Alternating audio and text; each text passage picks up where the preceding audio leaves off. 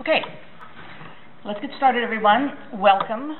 I am Sue Talia. I'm going to be, over the next 3 hours or so, teaching you the nuts and bolts of limited scope representation in a civil/real estate/consumer context. I want to let you know that you are in the birthplace of limited scope representation in California.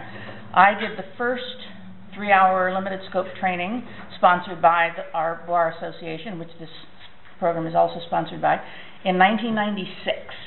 And since that time, I have taught it hundreds of times throughout the U.S. and Canada, and many, many times here. Trained thousands of lawyers how to do it safely and ethically and profitably.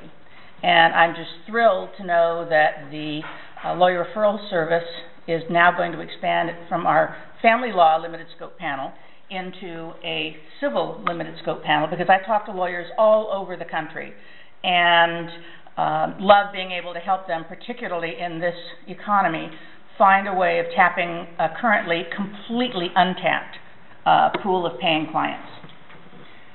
So, first, the schedule for the day. The first hour, I'm going to be talking about the ethics of limited scope, malpractice issues, regulatory state bar issues, insurance coverage issues, and all of that, the nuts and bolts, but primarily focusing on the rules and the ethics. That's the first hour. Second hour, I'm going to be going over a set of risk management materials in great detail.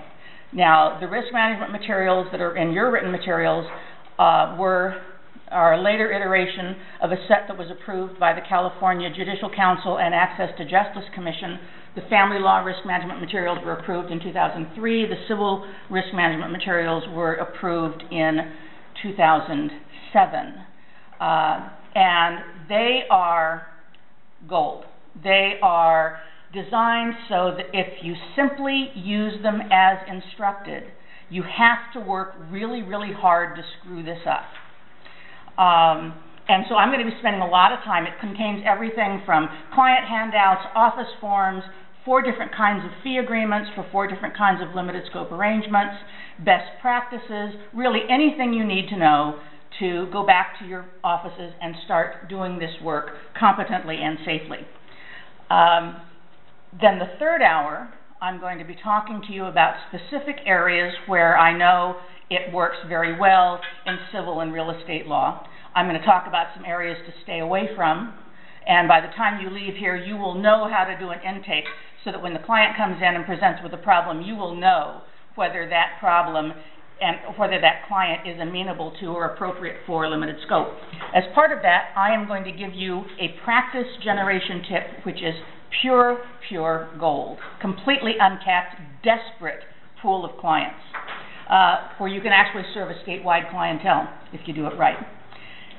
And then, at the end, I'm going to spend some time on marketing your limited scope practice, because nobody ever teaches lawyers how to market a practice. It's like there's something shameful about it. Yes, it's a profession. It's also a business. And so, time allowing at the end, I'm going to be spending some time on marketing your practice. There will be plenty of time for questions and answers, I promise you.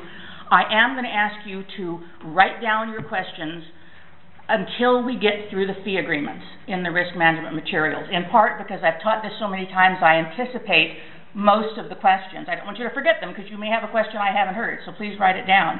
But also because I think lawyers are so bad at fee agreements by and large that I really want to make sure that I have time to go through them in detail, because the fee agreements in limited scope are very different from the fee agreement you would use in full service.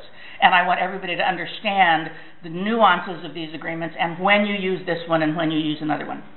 So that's the plan. At some time around 3:15, sometime in there, I'm going to be taking a break, and not sure when. It's going to depend on where we are in the material. So that's the plan, and let's get started. I start off with what limited scope isn't, because there's so much misinformation out there about limited scope. First place, limited scope is not limited liability. Lawyers will never be allowed to limit our liability to our clients for the